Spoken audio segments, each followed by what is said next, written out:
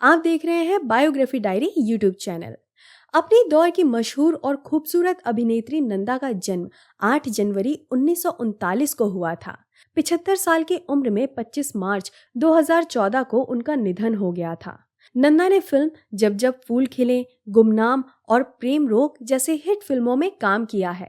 नंदा की बॉलीवुड में एंट्री की कहानी बड़ी ही दिलचस्प है।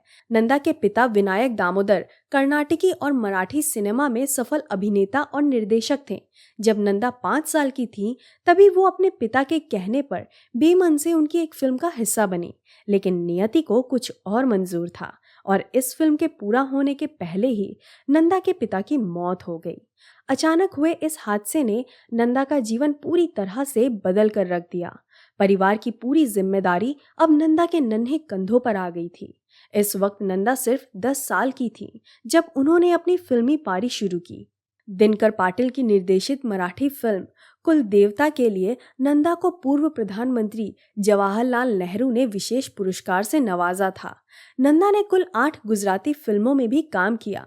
हिंदी में नंदा ने बतौर हीरोइन 1957 में अपने चाचा विशांत राम की फिल्म तूफान और दया में भी काम किया था।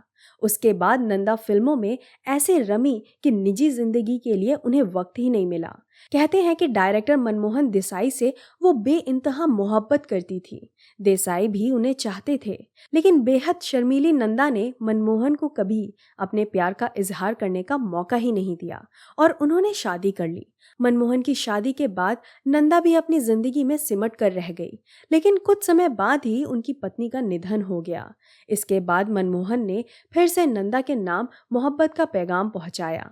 नंदा ने उसे कबूल कर लिया। 1992 में 53 साल की उम्र में नंदा ने उनसे सगाई कर ली, लेकिन किस्मत को शायद कुछ और ही मंजूर था।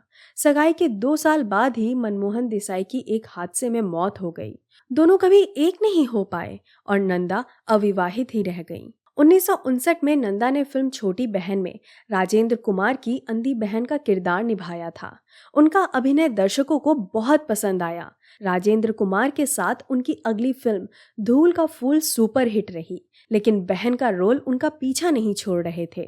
नंदा एक बार फिर 1960 की फिल्म काला बाजार में देव आनंद की बहन बनी।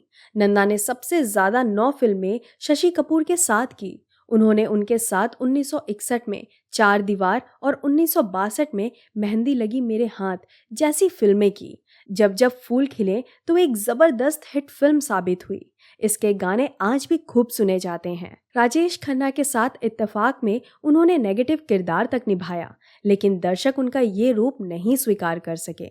हाल ही में इस फिल्म की रीमेक भी बनी। बहरहाल साल 1972 और 73 के बाद नंदा की एक के बाद एक कई फिल्में फ्लॉप होती रहीं। इस तरह से नंदा ने खुद को इंडस्ट्री से अलग कर लिया। नंदा की आखिरी फिल्म थी प्रेम रोग।